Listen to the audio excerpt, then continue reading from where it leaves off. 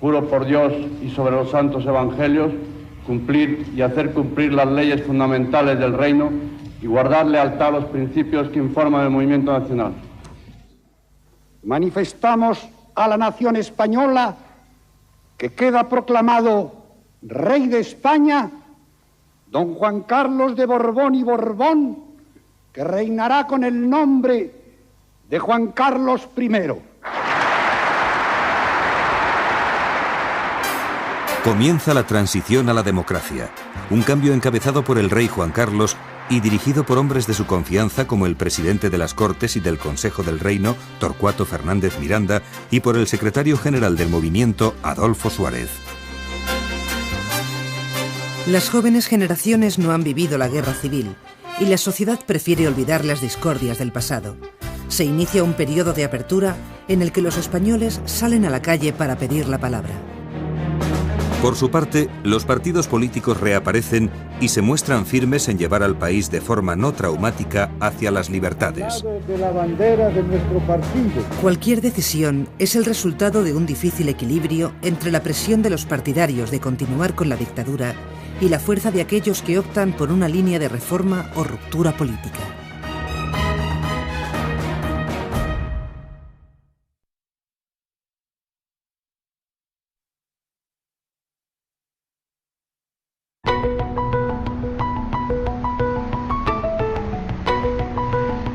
Hay que crecer, resurgir.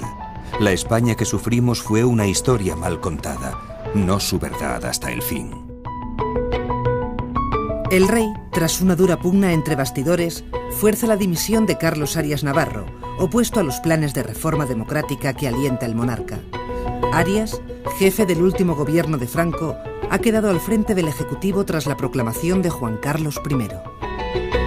La tarea de conducir el Estado hacia la democracia recae entonces sobre la persona de Adolfo Suárez, que goza de la confianza del rey. Director de Televisión Española y más tarde secretario general del Movimiento Nacional, pronto se muestra como un hombre de gran habilidad política. Suárez es la persona adecuada para pasar del viejo al nuevo orden. Juro desempeñar el cargo de presidente del gobierno con absoluta lealtad al rey y estricta fidelidad a los principios del movimiento nacional y leyes fundamentales del reino. La postura de Suárez favorece la reconciliación. Se muestra dialogante y capaz de rectificar opiniones propias. Suárez tenía unas características que facilitaban la estrategia que el rey quería desarrollar para la reforma política. Era una persona de su confianza, pero procedente del sistema, que por lo tanto levantaba menos suspicacias, probablemente en quienes tenían que apoyar el cambio. Probablemente con un primer ministro o un jefe de gobierno procedente de la oposición, la ley de reforma política no hubiera salido adelante. Ese mismo verano se gana la confianza de los ciudadanos al aprobar por decreto una amnistía para los presos políticos. Los profesores expulsados de la universidad por el franquismo retoman sus cátedras. El efecto psicológico en la población es enorme. Sin embargo, las protestas en la universidad prosiguen. La selectividad y la subida de las tasas no solucionan el problema de masificación en las aulas. Los estudiantes salen a la calle.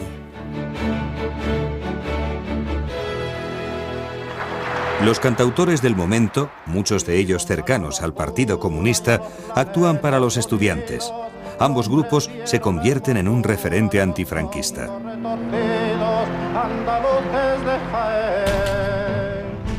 Los intelectuales que han vuelto del exilio encuentran dificultades para adaptarse a los nuevos tiempos. Suárez impulsa la ley de reforma política y logra que la aprueben las Cortes, cuyos miembros habían sido elegidos en vida de Franco. La ley supone un paso decisivo en la transición española. Votos afirmativos, 425. Votos negativos, 59. Abstenciones, 13. El proyecto de ley ha sido aprobado. Se levanta la sesión. El texto contempla la creación de dos cámaras, Congreso y Senado, para redactar una nueva Constitución. En diciembre se ratifica en referéndum la respuesta afirmativa a una transición sin ruptura. Se abre así un nuevo espacio de libertad política a la espera de la convocatoria de elecciones a Cortes Constituyentes. Son años de apertura informativa.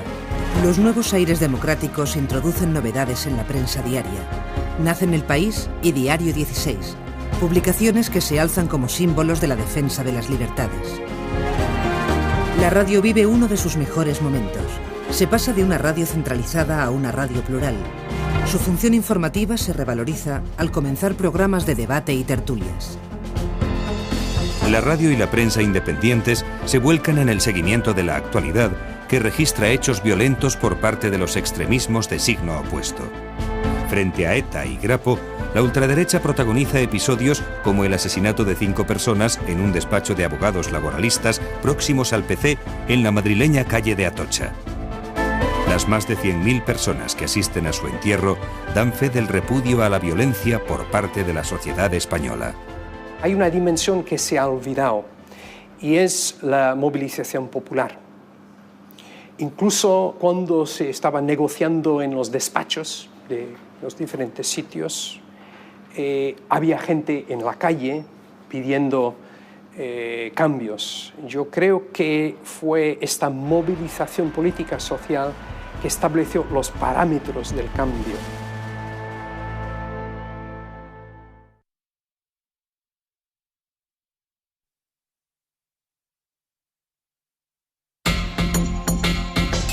Poco antes de convocar las elecciones, Suárez toma una de sus decisiones más arriesgadas. Hace unos momentos, fuentes autorizadas del Ministerio de la Gobernación han confirmado que el Partido Comunista de España ha quedado legalizado e inscrito en el registro de asociaciones políticas de dicho ministerio.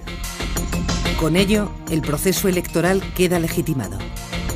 Esto fue una de las acciones más atrevidas de Suárez y brillantes también. En realidad no tenía mucha opción, porque el Partido Comunista lideraba la mayor parte del movimiento popular, de los sindicatos, de las asociaciones de vecinos, el movimiento estudiantil, donde el Partido Comunista era muy fuerte. Si no podía negociar con esa fuerza, la transición con dificultad podría hacerse. Claro, lo que le ofrecía Santiago Carrillo era una oferta interesante, también la contención de estos movimientos populares para reforzar la posibilidad de la democratización. El horizonte democrático se perfila en el ambiente preelectoral. Bajo la euforia del cambio, nace un gran número de agrupaciones políticas. Alianza Popular se configura como el principal partido de derecha con Manuel Fraga a la cabeza. En el centro se sitúa la Unión de Centro Democrático, UCD, liderada por Adolfo Suárez. Como partidos de izquierda más importantes, el Partido Comunista de Santiago Carrillo y el Partido Socialista Obrero Español de Felipe González, con una clara voluntad de transformación social. El nacionalismo vasco y catalán se revelan como una realidad latente.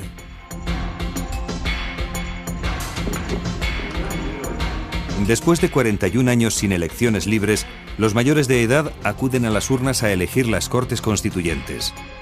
La UCD de Adolfo Suárez gana las elecciones. Tras un intenso debate, se redacta el texto de la Constitución, fruto del consenso entre la mayoría de los grupos políticos. Tras su aprobación por las Cortes, es sometida a referéndum el 6 de diciembre de 1978, obteniendo una mayoría de votos afirmativos. La Constitución define a España como un Estado social y democrático de derecho, con la forma política de la monarquía parlamentaria. Reconoce las nacionalidades históricas de España, las regiones y su derecho a la autonomía. Consagra las libertades y derechos de los ciudadanos y pone fin a la pena de muerte. Fue sobre todo, yo diría, un triunfo de ambigüedad creativa, donde no se podía llegar a un acuerdo, se recurría a formulaciones que podían interpretarse de diferentes formas. O sea, un tipo de acuerdo entre todos de posponer una decisión sobre una cosa tan problemática que no se podía acordarse para otro momento. El telón de fondo de la transición a la democracia es la crisis económica mundial provocada por el aumento del precio del petróleo, que eleva la inflación hasta el 20%. El paro alcanza a 6 de cada 100 trabajadores. La crisis puede provocar un estallido social que acabe con el proceso de reforma. Pero este peligro queda mitigado con los pactos de la Moncloa. Gobierno, empresarios, partidos y sindicatos acuerdan un programa de estabilización económica. Una vez aprobada la Constitución, se disuelven las Cortes y hay nuevas elecciones. La UCD obtiene de nuevo la mayoría parlamentaria y vuelve a formar gobierno. Pero al cabo de unos pocos meses pierde gran parte de su dinamismo a causa de las disputas por el poder que enfrentan a sus dirigentes.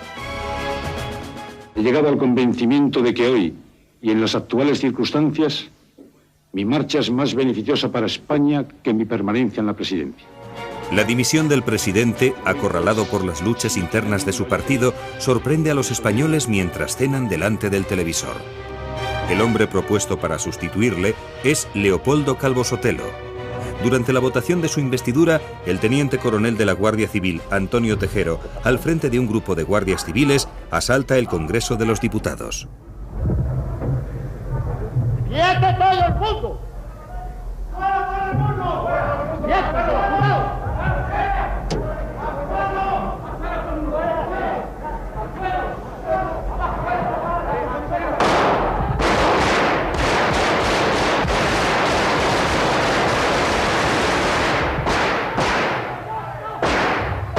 Mientras tanto, el capitán general de Valencia, Jaime Milans del Bosch, saca los carros de combate a la calle.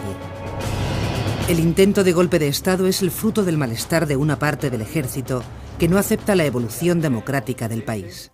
La corona, símbolo de la permanencia y unidad de la patria, no puede tolerar en forma alguna acciones o actitudes de personas que pretendan interrumpir por la fuerza el proceso democrático.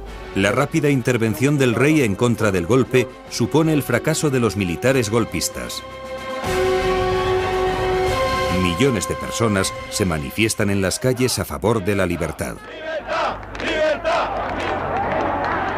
Nuestra decisión de vivir en democracia y nuestra voluntad de impedir que se reproduzcan hechos amenazadores para la libertad.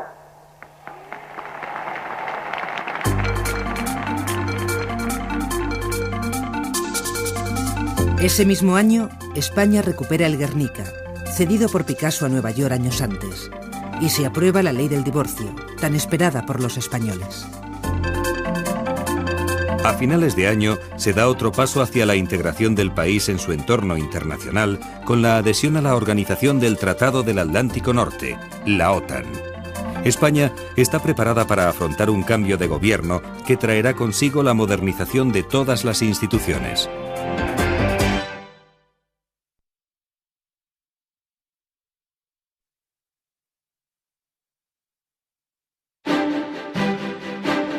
La crisis interna de la UCD, incapaz de acometer la reforma de la administración pública, del ejército y de las fuerzas de seguridad, así como de modernizar la estructura económica del país, desemboca en elecciones generales anticipadas. 10 millones de votos para el PSOE se convierten en 10 millones de esperanzas en una democracia que va más allá del consenso para una constitución. La etapa de gobierno del Partido Socialista Obrero Español marca los verdaderos años de transformación social del país. La clase dirigente del PSOE pertenece a una nueva izquierda nacida de las filas universitarias de oposición al franquismo. El carismático Felipe González lidera un partido formado en el progresismo de los años 60. Tras la renuncia al marxismo, el partido combina ideas socialdemócratas con la confianza en el mercado como camino de prosperidad. Tal es la predisposición de los socialistas para democratizar y transformar el país, que la realidad política de aquellos años queda como un periodo de progreso social. Un proyecto reformista que no contempla la nacionalización de empresas y que, por el contrario, prevé la privatización de empresas públicas. La primera etapa busca la consolidación del estado del bienestar mediante la aplicación de medidas sociales, el reajuste económico y el control de la inflación. Pronto llega el conflicto y el descontento con la reconversión de los sectores industriales en crisis. Es un momento de gran tensión social entre los trabajadores de la siderurgia y la construcción naval, que ven cómo el Partido de los Trabajadores reduce las plantillas y promueve las jubilaciones anticipadas. El cierre de los altos hornos de Sagunto y los astilleros de Ferrol y Cádiz supone un trauma económico y social para sus poblaciones. El fantasma del paro, que sobrevuela España desde la llegada de la democracia, sigue ahí. En 1985, la cifra de desempleados llega a más de 2,5 millones de personas, es decir, el 22% de la población activa. Pese al descontento social, los socialistas prosiguen con una reestructuración económica que tiene como objetivo el ingreso de España en la Comunidad Europea. Es un paso de gigante para la ruptura definitiva del aislamiento internacional de los años del franquismo. El 12 de junio de 1986, España ingresa en la Comunidad Económica Europea. Se inicia la carrera hacia un Estado social de corte europeo en el que la sanidad y la educación públicas son los grandes argumentos. Por primera vez, la Universidad Española deja de ser una institución clasista gracias a las numerosas becas. Se multiplican los colegios e institutos públicos y la cobertura médica llega a todos los ciudadanos. El gobierno socialista inicia un plan de renovación de carreteras que mejora la comunicación entre las comunidades autónomas. De la mano de Narcís Serra, el ejército comienza a modernizarse, convirtiéndose en una institución al servicio de la democracia. Son años de cambio cultural en todo el país en los que se produce un ambicioso proyecto de construcción de museos, auditorios y centros culturales. A la vez, nace la movida madrileña. Los jóvenes se apropian de la Noche de Madrid y, sin proponérselo, crean la fiesta más grande que ha conocido la capital. Un enorme escenario creativo que cuenta con el apoyo de la administración socialista y de su alcalde Tierno Galván. El programa político del PSOE en estos primeros años era evidente, por una parte, la consolidación de la democracia, esto sí. Por otra parte, reformas sustanciales de las infraestructuras, reformas sociales, la creación o comenzar con la creación del estado de bienestar y, evidentemente, también la reinserción de España en Europa, tanto económicamente, financieramente y dentro de la seguridad europea, OTAN. Felipe González, que llegó al gobierno con el eslogan «OTAN de entrada no», realiza una intensa campaña a favor de la permanencia en la Organización Atlántica. Muchos votantes se sienten engañados ante los bruscos cambios ideológicos del partido, pero la modernidad exige concesiones y el mantenimiento a toda costa de las buenas relaciones con Estados Unidos y la Europa comunitaria. España empieza a vivir las grandes transformaciones sociales que desde hace unos años vive el resto de Europa. La incorporación masiva de la mujer al mundo laboral, las primeras oleadas de inmigrantes y una legislación moderna configuran una sociedad cada vez más europea. El viaje que ha hecho España en tan poco tiempo es algo increíble, pero no hay que olvidar que lo importante es el cambio cultural y social. El cambio político es mucho más fácil cuando en la cultura de la gente se ha asimilado valores democráticos. Aumenta la calidad de vida de los españoles que van adquiriendo nuevos hábitos consumistas. Practicar cualquier ocio y consumir se convierten en una misma cosa. España comienza a ser una sociedad de consumo donde las grandes superficies comerciales se extienden por toda su geografía.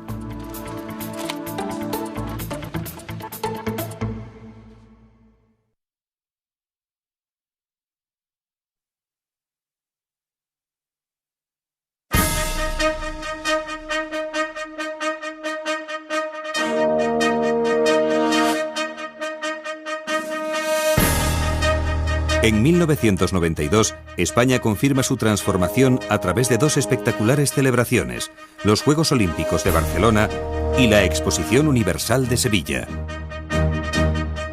Un moderno tren de alta velocidad, el AVE, une las ciudades de Madrid y Sevilla. Pero antes de acabar el año, una profunda crisis económica se instala en el país.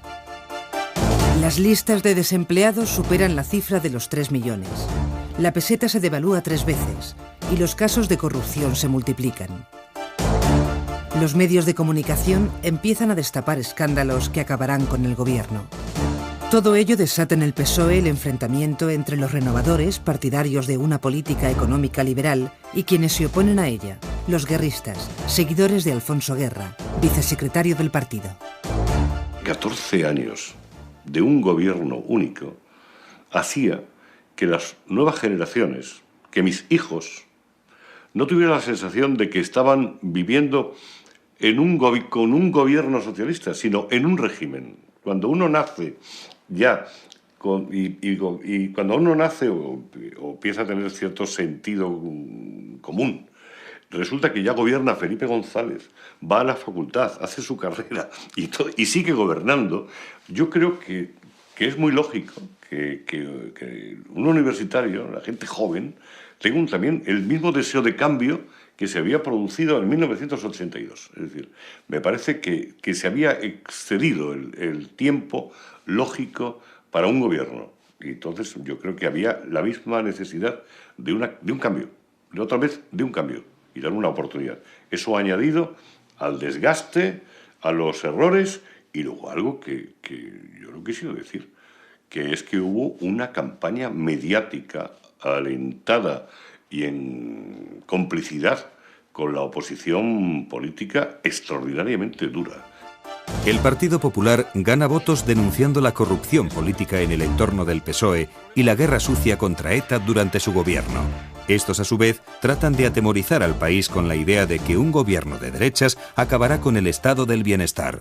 Váyase, señor González. No le queda ninguna otra salida honorable. La llegada de los populares al gobierno es ante todo la alternancia natural de una democracia consolidada. Pero también es la respuesta de gran parte de los españoles, que se sienten decepcionados y entienden que el voto a la derecha es la única forma de apartar del poder a los socialistas. José María Aznar, abogado y funcionario de Hacienda en excedencia, diseña un giro al centro en su partido y gana las elecciones generales. El PP quiere dar a los españoles estabilidad social y crecimiento económico. Estos años se caracterizan por la normalidad y los pocos sobresaltos. El terrorismo de ETA se convierte en el principal problema del país. La presión policial sobre ETA va en aumento. La organización terrorista pasa a asesinar concejales y en julio de 1997 secuestra y amenaza con dar muerte en 48 horas a Miguel Ángel Blanco, un joven regidor de Ermua. El cumplimiento de la amenaza provoca una auténtica rebelión ciudadana contra ETA. Miles de ciudadanos vascos y del resto de España piden a ETA que cese de matar al grito de ¡basta ya! Es el llamado espíritu de Ermua. La envergadura de la movilización ciudadana obliga a ETA a cambiar de estrategia y en 1998 anuncia una tregua indefinida, que sin embargo romperá poco más de un año después. La inmigración experimenta un crecimiento espectacular desde mediados de la década de los 90. Muchos llegan sin papeles y se integran en la economía sumergida del país. Se quedan con los trabajos que no quieren los españoles, como el servicio doméstico, el campo y la construcción. Algunos se van integrando en el régimen de la seguridad social. El aumento del número de inmigrantes provoca brotes de rechazo, a veces violentos. En paralelo, las medidas legislativas del gobierno cada vez son más duras para los extranjeros que sueñan con encontrar un trabajo en la Unión Europea. Sin embargo, la mano de obra extranjera es cada vez más necesaria en un país que encabeza la lista de naciones con menor tasa de natalidad. España entra en el nuevo milenio con la mayoría absoluta del Partido Popular.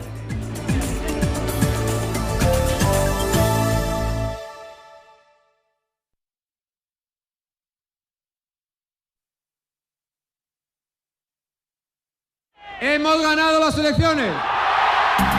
Con el lema de España va bien, Aznar presenta la buena marcha de la economía como el gran triunfo de su mandato. Los avances tecnológicos abren nuevas posibilidades de comunicación. Poco a poco Internet se populariza y el correo electrónico se extiende de forma masiva. Pero es el teléfono móvil la gran revolución de estos años. En muy poco tiempo el número de móviles supera al de teléfonos fijos. Todo esto es posible gracias a las comunicaciones espaciales a través de satélites en órbita. Hispasat es un sistema español de satélites. Su función es atender la gran demanda motivada por la expansión de la televisión digital y el desarrollo de los servicios multimedia. A través de ellos es posible la transmisión de todo tipo de señales: voz, datos, vídeo, televisión e Internet.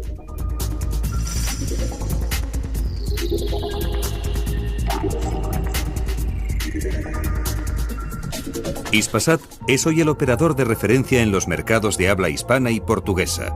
Sin duda, una de las columnas vertebrales en la comunicación entre Europa y América. El gobierno se propone construir una sociedad de la información y el conocimiento. Muestra de ello es la Ciudad de las Artes y las Ciencias en Valencia, donde confluyen arte, cultura y espectáculo. El siglo XXI parece encaminarse hacia la sociedad del bienestar. Las cifras de desempleados disminuyen paulatinamente, llegando a situarse en torno al 10%. La otra cara de la evolución económica son los extraordinarios niveles de temporalidad y la precariedad en el empleo. Los españoles aprecian como nunca su tiempo de ocio y los empresarios buscan nuevas alternativas que ofrecer. Los parques temáticos se multiplican como fórmula de diversión y atraen a miles de turistas. La evolución de la sociedad en este tiempo es un testimonio directo del progreso del país. El gobierno de Aznar culmina la modernización del ejército al enfrentarse a su profesionalización. Las tropas españolas han estado presentes en misiones de paz y humanitarias en las guerras del Golfo, de los Balcanes y en Afganistán. Los años del nuevo milenio son los años de la globalización económica y también de la llamada antiglobalización, es decir, de la conciencia de que todos los países tienen y han de resolver los mismos problemas. La adopción del euro como moneda única común en Europa es un símbolo más de la progresiva desaparición de las fronteras entre países.